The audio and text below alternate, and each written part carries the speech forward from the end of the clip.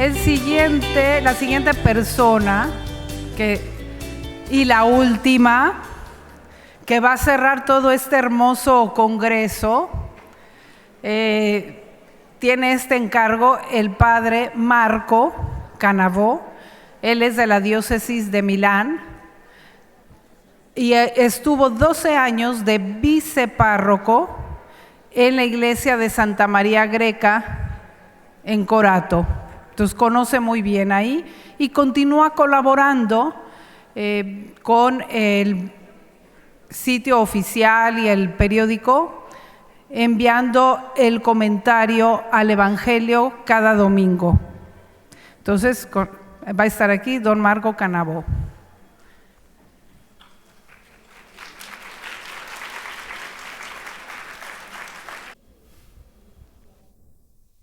Buenos días, queridísimos. Debo confesar una cosa, tenemos un gran problema. Yo soy el 16º ponente de estos 3 días. Así que la pregunta que surge es, ¿qué más puedo decir sobre este tema de la unidad si ya 15 personas han hablado de él?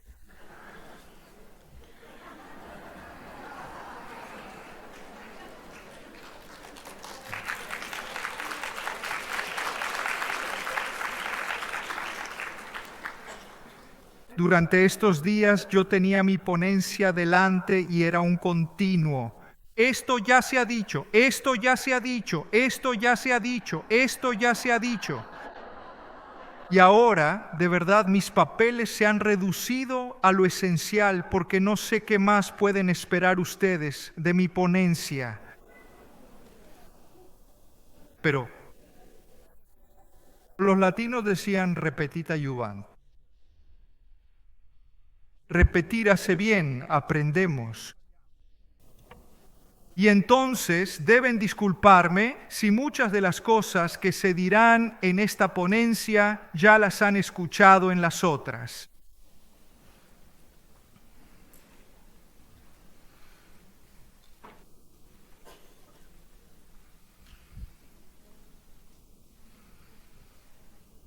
El título de esta conferencia parte del lema episcopal de nuestro Papa, León XIV, quien, como es tradición en la Iglesia, al igual que todos los obispos, también el cardenal Prevost, ha elegido un escudo y un lema que lo representan.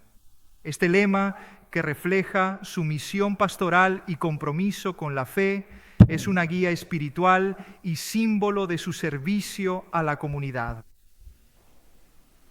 La frase, expresada en el idioma latín, in illo uno unum, significa en aquel que es uno, es decir, en el ser único. Somos uno. Illo está escrito con la letra mayúscula, en este caso. Es una frase de San Agustín. Él, siendo agustino, tomó el lema de los escritos de un comentario de San Agustín. Y San Agustín subraya la importancia de estar unidos en Cristo, porque en Él todos formamos un solo cuerpo. Y el lema expresa un llamado profundo a la comunión y a la fraternidad dentro de la Iglesia. Por tanto, queda absolutamente clara y de manera evidente la intención del Papa León en su constante deseo de unidad.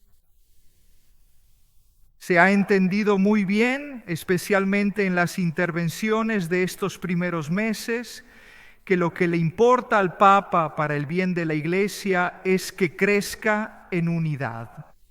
La unidad debe convertirse en el leitmotiv de la vida de la Iglesia.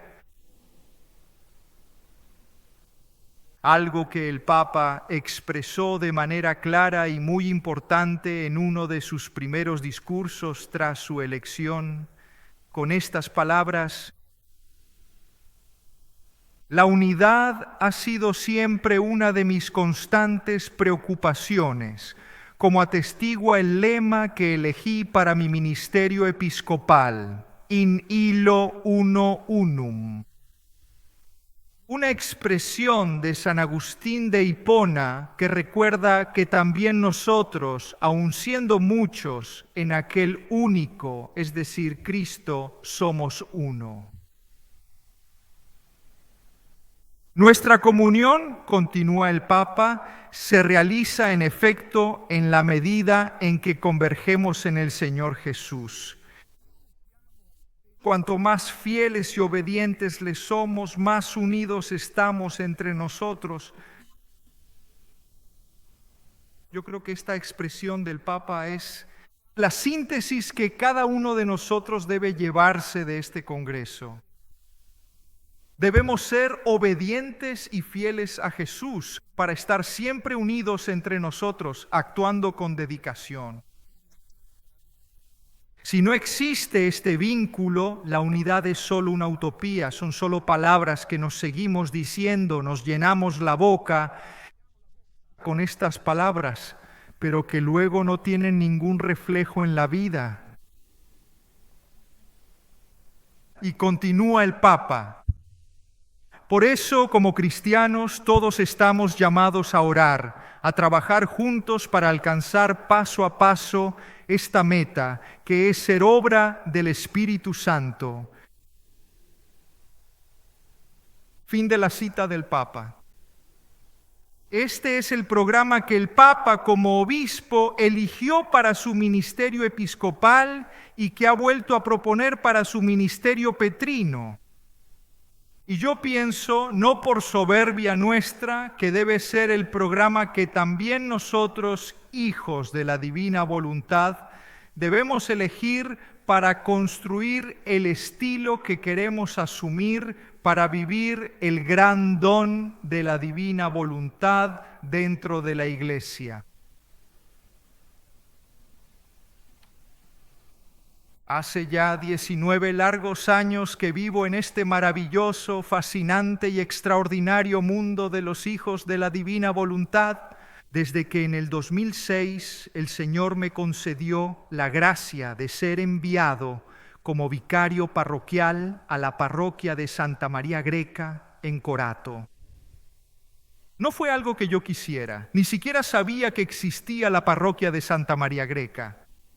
Y tampoco sabía que en Santa María Greca estuviera sepultada esta Luisa Picarreta. Saben, yo vengo de Milán y en Milán la verdad es que, como dicen por ahí, todos son teólogos, todos son empresarios, todos, Pero se suponía que iba a estar allí solo 2 años. Al final estuve 12 años. Y es culpa de Luisa, porque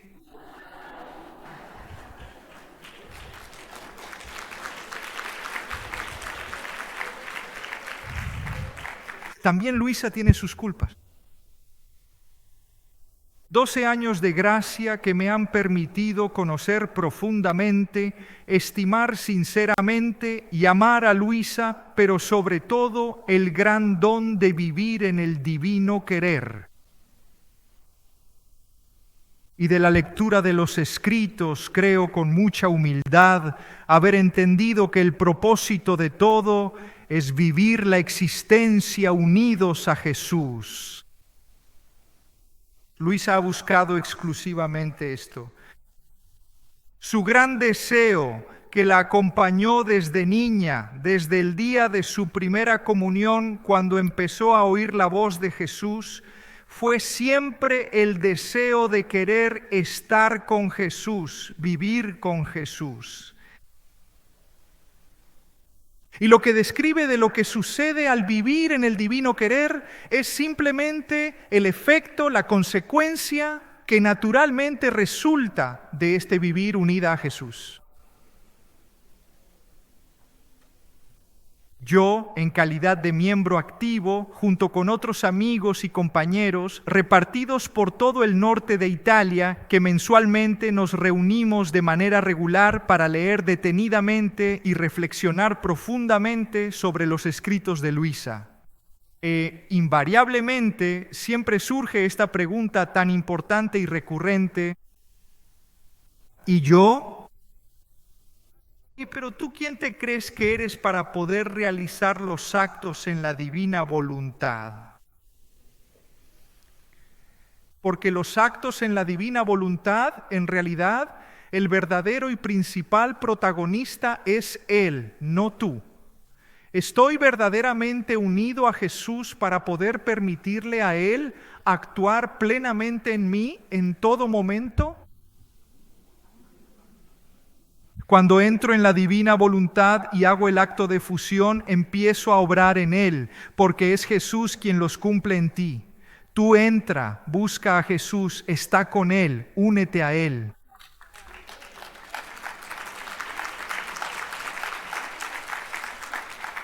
Por otro lado, Jesús en el Evangelio siempre lo ha dicho.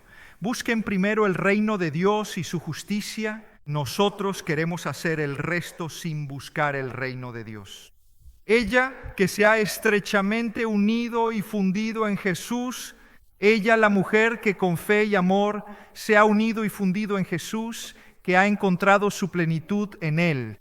Ella, quien se ha unido y fundido profundamente en Jesús, ha entregado su ser y su vida a Él, permitiendo que su corazón y su voluntad estén en completa sintonía con el amor y la presencia de Cristo. Ella que se ha unido y fundido en Jesús, ella que se ha unido y fundido completamente en Jesús, en cuerpo, mente y espíritu. Ella que se ha unido y fundido en Jesús de una manera profunda y total, entregándose por completo a Él. Ella que se ha unido y fundido en Jesús sin reservas, con todo su ser en una unión inseparable. Ella que se ha unido y fundido en Jesús, viviendo en Él, permaneciendo en Él y encontrando en Él su razón de ser. Ella que se ha unido y fundido en Jesús. Ella que se ha unido y fundido en Jesús.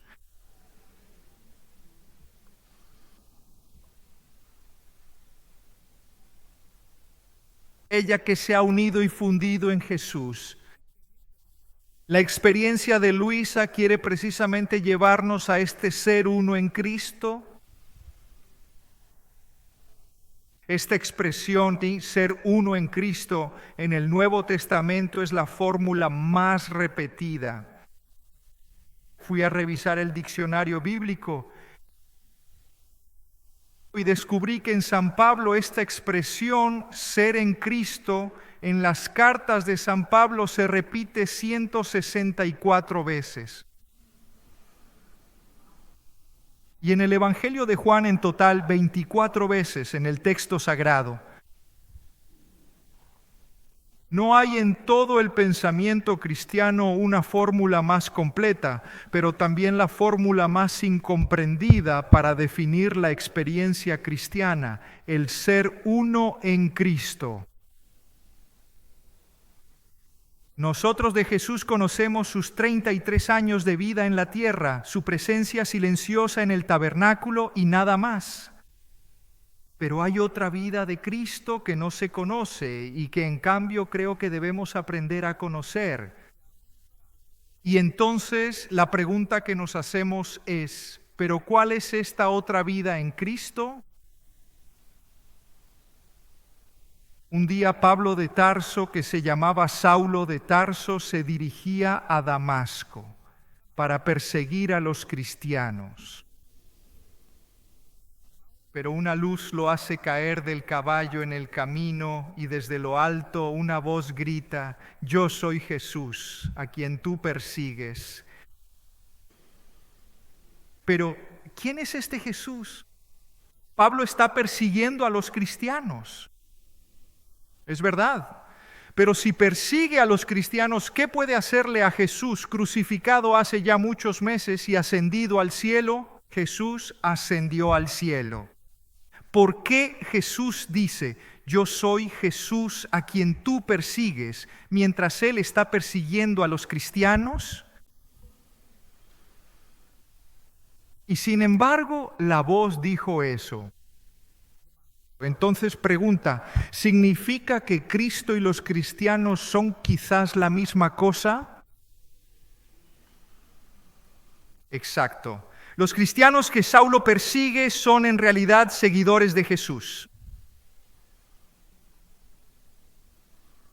Y es de este Jesús de quien hay que hablar. El Jesús que somos nosotros, el Jesús que vive en nosotros, porque nosotros somos uno en Cristo. Sabemos muy poco de esta existencia, o al menos quizás no nos damos cuenta, y Luisa, a través de sus escritos, nos lo ha dado a conocer. La vida de Cristo en ella. También se dice Christianus alter Christus, es decir, el cristiano es otro Cristo, y nada es más cierto que esto. Pero atención, no hay que dejarse engañar. Ese otro no significa diferente. Nosotros no somos un Cristo diferente del único Cristo. Somos por destino el Cristo. El único que existe, el Cristo único. Y siempre San Agustín nos lo recuerda. Christus facti sumus.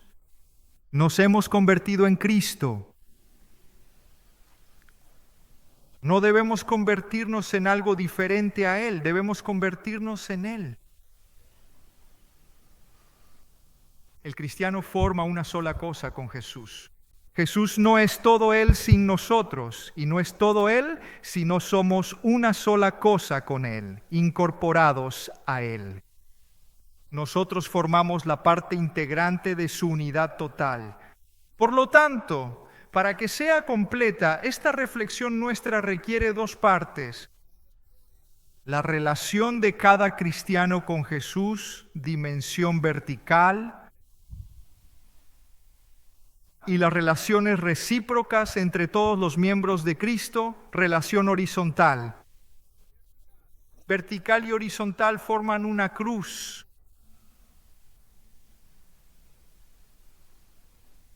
En el primer caso, el tema es la verdadera naturaleza de la vida cristiana. Por el hecho de que formamos una sola cosa con Jesús, la vida de cada uno de nosotros debe ser Jesucristo. Mi vivir es Cristo. En el segundo caso, se trata de la verdadera naturaleza de la Iglesia. O como se dice de la comunión de los santos, como todos estamos unidos en Cristo, formamos juntos un solo cuerpo, el cuerpo místico de Cristo. Somos un solo cuerpo en Cristo. Pues bien, queridísimos, aquí se resume toda la experiencia vivida también por Luisa. Y el camino que ella hizo fue precisamente partir de la búsqueda de la unión total con Jesús. Y solo después, no antes, solo después, con las verdades sobre la divina voluntad para entregárselas a la Iglesia. ¿Dónde podemos encontrar este aspecto en la experiencia de Luisa? Yo pienso en dos momentos particulares. El matrimonio místico, del que un poco Alessandra nos ha hablado, y luego lo que después comentaremos en algunos pasajes del cuarto volumen, donde está esta otra experiencia muy hermosa que Luisa vive y fundamental, que es el intercambio de los corazones en el cuarto volumen que rezamos anoche, el matrimonio místico. El matrimonio místico tiene su parte, forma parte de la experiencia de todos los místicos. En la tradición cristiana el matrimonio místico está presente. Los grandes místicos han vivido esta experiencia íntima de unión con Jesús. Pero en Luisa, el Señor se la hizo vivir de un modo muy particular. Porque si para los otros místicos el matrimonio místico era el fin de todo su camino, pensemos, por ejemplo, en la obra de Santa Teresa de Ávila, El castillo interior, pasar de morada en morada para llegar a la morada nupcial, donde se da el encuentro con el esposo, o en San Juan de la Cruz, la subida al Monte Carmelo, donde están todos los diversos pasos de la experiencia espiritual hasta que precisamente se alcanza la cima del monte donde vivir la comunión con Dios. Por lo tanto, el matrimonio místico es el punto de llegada de una experiencia espiritual. En Luisa, en cambio, se convierte en el punto de partida. Pero es porque el propósito de la doctrina de la divina voluntad es contarnos lo que sucede cuando se vive con Dios, por Dios y en Dios. Todo lo que viene antes es una preparación. Y esto lo podemos encontrar en los primeros 11 volúmenes de los escritos de Luisa, donde precisamente a través de esos primeros volúmenes, antes de llegar al 12º, donde Jesús le pregunta a Luisa, ¿quieres decirme este fiat? Y es muy hermoso ese pasaje porque Luisa se queda de una pieza, dice, ¿pero por qué tengo que decirte fiat? ¿Pero por qué me lo estás pidiendo? Pero si tú ya sabes que mi voluntad es tu voluntad, que mi vida es tu vida, ¿qué necesidad hay de pedírmelo? ¿No te lo he demostrado en todos estos años? Luisa se queda maravillada por esta palabra de Jesús, como también en el Evangelio, cuando Jesús encuentra al ciego y le dice, ¿qué quieres que haga por ti? ¿Qué puede querer un ciego? Y sin embargo Jesús necesita que se lo pidan. Y Luisa dice, si quieres que te diga fiat, te digo fiat.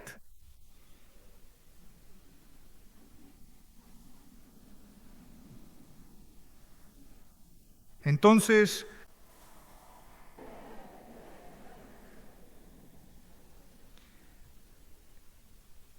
¿cómo preparó Jesús a Luisa? A través de algunos pasos que no están bien definidos, pero que podemos extraer de una lectura global de los primeros 11 volúmenes. Y la podemos resumir en 4 palabras. La primera palabra, unión. La segunda palabra, uniformidad. La tercera palabra, conformidad. La cuarta palabra, consumación. Estos son, podemos decir, los 4 pasos que Luisa, y que se narran en los primeros 11 volúmenes, recorrió para llegar luego a la fusión, que es lo que te permite, lo que le permitió a Luisa entrar y vivir en la divina voluntad, para luego darse cuenta, esto es importante, darse cuenta de que es una obra en la divina voluntad, que Dios obra en ella en la divina voluntad. Todo esto se extiende a lo largo de los 11 volúmenes. Pero hay algunos pasajes, como les decía, en el 4º volumen, donde esto se expresa en esta experiencia particular que Luisa vivió y que con ustedes hoy quisiera releer. Aquí estamos. Volumen 4, 16 de noviembre de 1900. Quisiera que escucháramos estas palabras con gran y sincera disponibilidad para recibir con apertura de corazón no solo la obra que Jesús realizó en Luisa, sino pensar que quizás esta obra el Señor puede empezar a obrarla en nosotros. Escribe Luisa. Esta mañana, habiendo comulgado, mi adorable Jesús me hacía ver mi interior todo cubierto de flores en forma de una cabaña. El corazón de Luisa era la casa de Jesús. Y él se quedaba dentro, recreándose y complaciéndose. Yo, viéndolo en esa actitud, le dije: pero mi dulcísimo Jesús, ¿cuándo será que tomarás este corazón mío para, atención, uniformarlo todo al tuyo, de modo que pueda vivir de la vida de tu corazón? Es decir, Luisa ha entendido que sí, vivo unida a Jesús, pero aquí hay que ir más allá, no me basta, porque las mujeres nunca están contentas.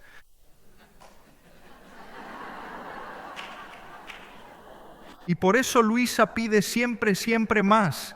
Y Jesús, que está profundamente enamorado de Luisa, le concede todo. Jesús la malcrió a Luisa,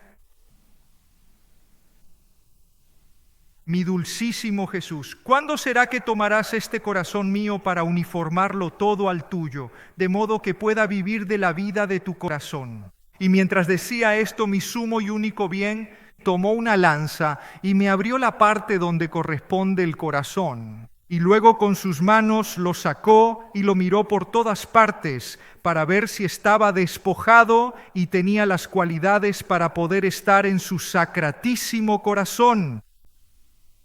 Yo también lo miré, ¿ven? La curiosidad siempre mujer.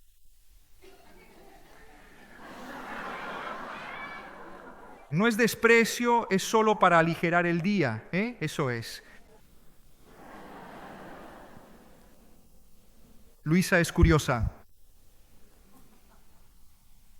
y quiere ver qué hay en este corazón. Ella nunca había visto este corazón, pero Jesús, habiéndolo tomado, lo mira y ¿de qué se da cuenta? Esto es bellísimo. Para mi sorpresa, vi impresas en una parte la cruz, la esponja, la corona de espinas.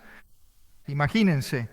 En el corazón de Luisa estaban los signos de la pasión de Jesús, es decir, los signos del amor de Jesús. Por lo tanto, el corazón de Luisa era dentro del corazón de... Están engastados los signos que expresan el amor de Jesús por todas las criaturas, los de la pasión. Pero queriendo verlo por el otro lado y por dentro, que parecía hinchado, como si se pudiera abrir, mi amado Jesús me lo impidió. Ya ven, Jesús no cede a la curiosidad de las mujeres. Y sin embargo le dice, quiero mortificarte no dejándote ver todo lo que he derramado en este corazón. Sí, aquí dentro, en este corazón están todos los tesoros de mis gracias que la naturaleza humana puede llegar a contener. El corazón de Luisa está lleno de la gracia de Dios. Está colmado de su amor y es por eso que ella ve tapizado de flores en forma de casa, porque ella ha hecho de su corazón, de su vida, la morada de Jesús. Estoy hablando de la unidad, Les estoy hablando de la unidad. Y mientras tanto lo ha guardado en su corazón.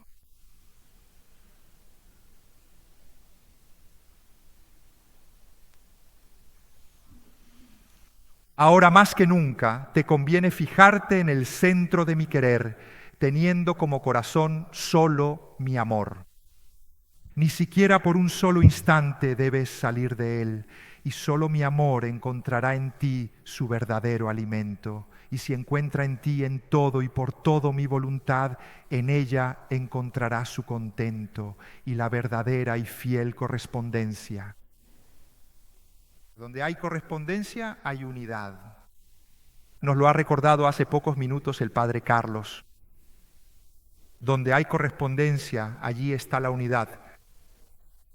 Tengamos en mente estas cosas porque aquí se habla de Jesús y Luisa, pero el propósito no es decir, ¡ay, qué bonito, todo Jesús, todo Luisa que se intercambian! Venimos a estos encuentros para llevarnos algo a casa que nos sirva para construir la unidad entre nosotros. Y Luisa nos da un ejemplo de ello, esta correspondencia importante.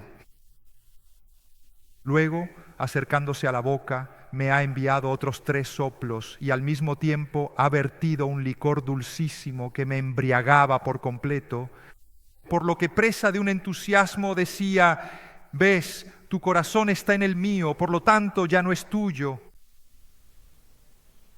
Y me ha besado y vuelto a besar. Me hacía 1000 finezas de amor, pero ¿quién puede contarlas todas? Me resulta imposible manifestarlas. Vamos a otro pasaje, el siguiente 18 de noviembre de 1900. Entonces Jesús bromea un poco con Luisa. Esta mañana al venir, mostrándome su corazón, me ha dicho: pero amada mía, ¿qué corazón quieres? ¿Quieres el tuyo o quieres el mío? Si tú quieres el mío, te convendrá sufrir un poco más, pero debes saber que he hecho esto para ayudarte a pasar a otro estado. Hemos pasado de la uniformidad de una situación en la que todo era igual a este otro estado, que es el de la consumación. Y el alma, para pasar a este estado de perfecta consumación, necesita de mi corazón para vivir. Entonces, Señor, yo me consumo todo en ti. Sí, muy bien, muy bien. Pero la consumación tú no puedes hacerla si no tienes el corazón de Jesús. Si no tienes a Jesús en ti, si no vives de Jesús, tu corazón no se puede consumir.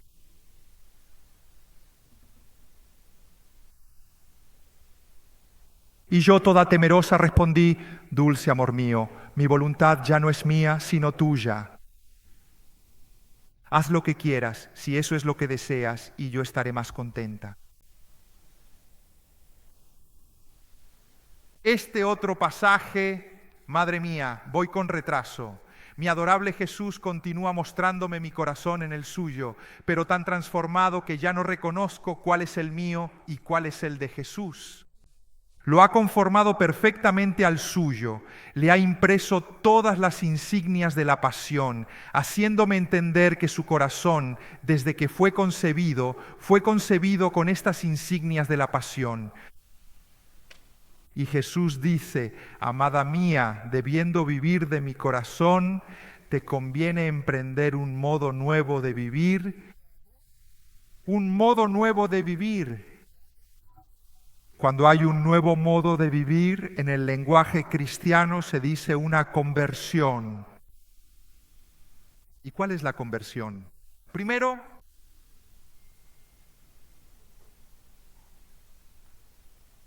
uniformidad perfecta a mi voluntad, porque nunca podrás amarme perfectamente si no es amándome con mi misma voluntad. Esto Jesús ya se lo había dicho desde el primer volumen. Deja de amarme con tu amor y empieza a amarme con mi amor. Uniformidad perfecta. Segundo, humildad profunda, poniéndote ante mí y ante las criaturas como la última de todas. Pureza de todo, porque cualquier mínima falta de pureza, tanto en el amor como en el obrar, se refleja toda en el corazón y queda manchado. Y por último, una nota dolorosa para todos nosotros, para mí el primero, la obediencia que va conectada con mi voluntad. Porque si esta virtud se refiere a los superiores que te he dado en la tierra, los sacerdotes, que son la verdadera cruz de Luisa, mi voluntad es obediencia que me concierne a mí directamente. Tanto que se puede decir que una y otra son ambas virtudes de obediencia, con la única diferencia de que una se refiere a Dios y la otra a los hombres. Pero, y esto es fundamental, ambas tienen el mismo valor. No, yo obedezco a lo que me dice Jesús, no a lo que me dice la Iglesia. Una postura muy extendida, especialmente en los grupos. Yo obedezco a Jesús, no obedezco a la Iglesia, porque la Iglesia está hecha de hombres. Y aquí Jesús dice, ambas tienen el mismo valor. Y no se puede tener una sin la otra. A las dos debes amarlas del mismo modo. La obediencia es el camino que nos lleva a vivir en la divina voluntad, nada más. No nuestras suposiciones, nuestras elucubraciones, nuestros pensamientos retorcidos. Solo la obediencia. Y Luisa hizo de la obediencia toda su vida.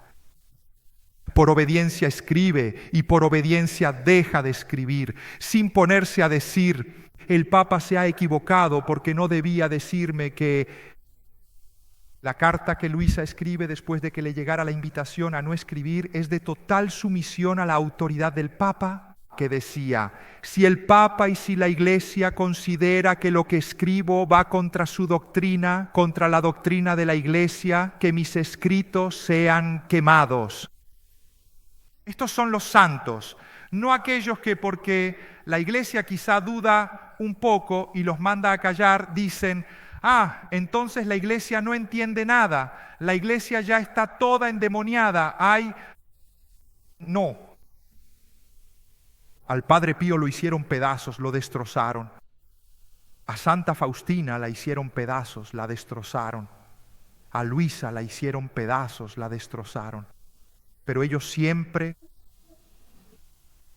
se sometieron a la obediencia de la Iglesia. Porque la Iglesia es así: primero te apalea, pero luego te pone en los altares.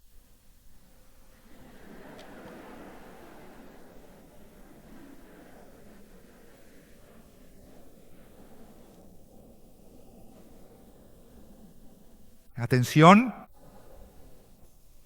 No lo digan por ahí, que después no...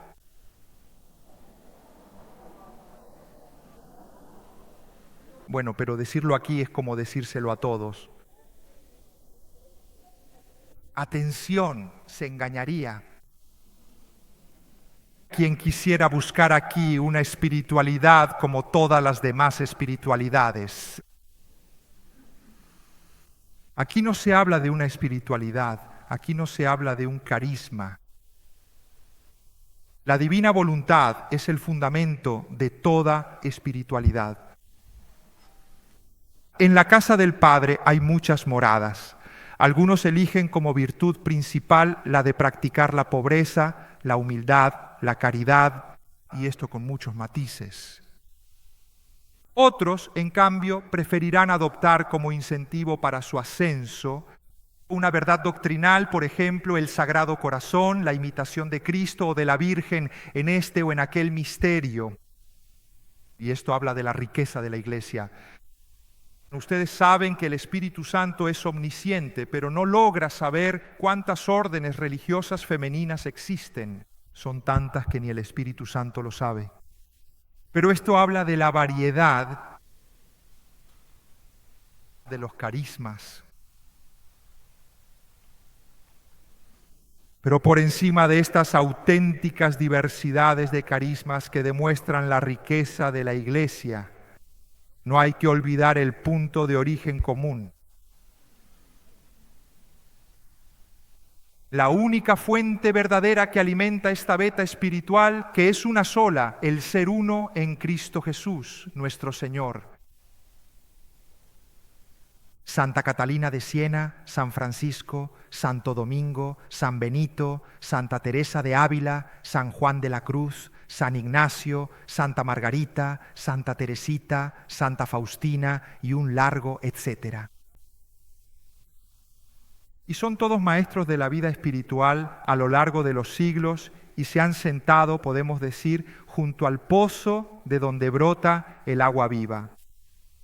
Y no hay en el mundo más que un solo pozo de Jacob, donde Jesús da esa agua que toda criatura desea para apagar esa sed de felicidad que la atormenta y que, como le dice Jesús a la samaritana, se convierte también en fuente que brota para la vida eterna.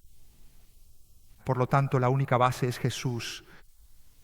De todas estas espiritualidades estamos llamados a sacar provecho, pero no podemos olvidar que la vida espiritual, cualquier vida espiritual, si no es una vida cristiana, es decir, incorporada a Cristo, si no nos lleva a ser una sola cosa con Jesús, no es una verdadera experiencia cristiana.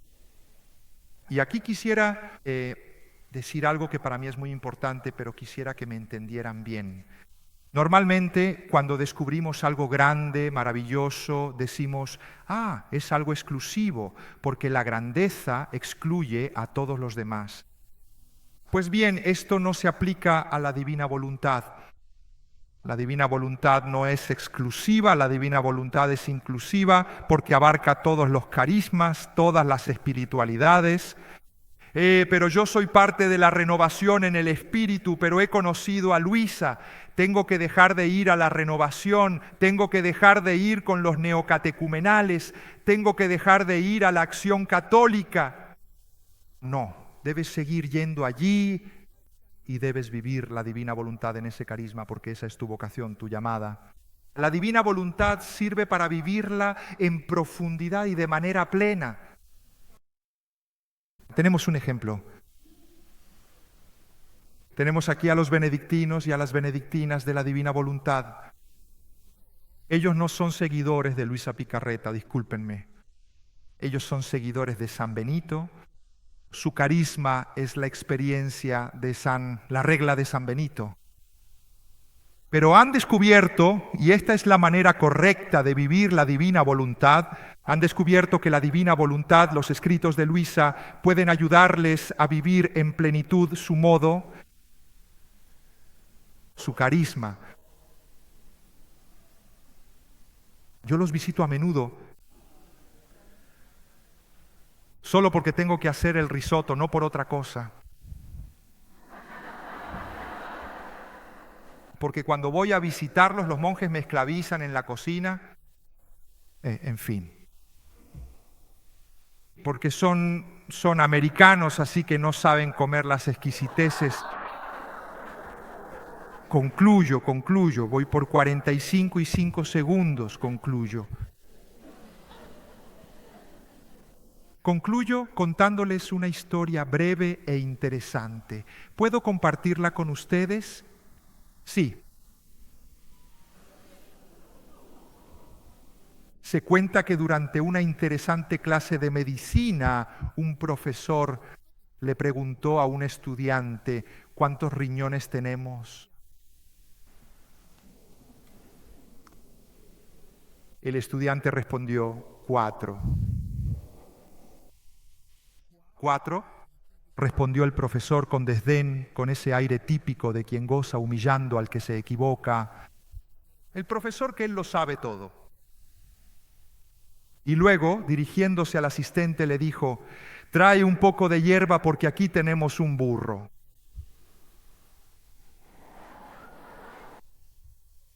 El estudiante, muy tranquilo, no perdió los estribos. Yo ya los habría perdido de inmediato. Dice, y traiga un café para mí también. Y el profesor furioso lo echó del aula y mientras salía del aula le dijo esto al profesor. Profesor, usted me preguntó cuántos riñones tenemos en total. Tenemos 4 en conjunto. 2 usted y 2 yo.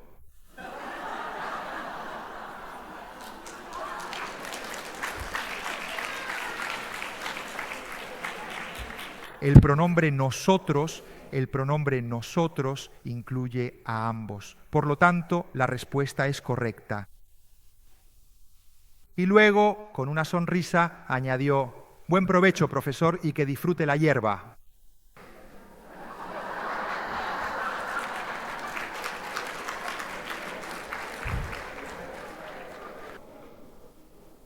¿Por qué he contado esta historia? Porque pienso que es la tarea que quisiera dejar al final.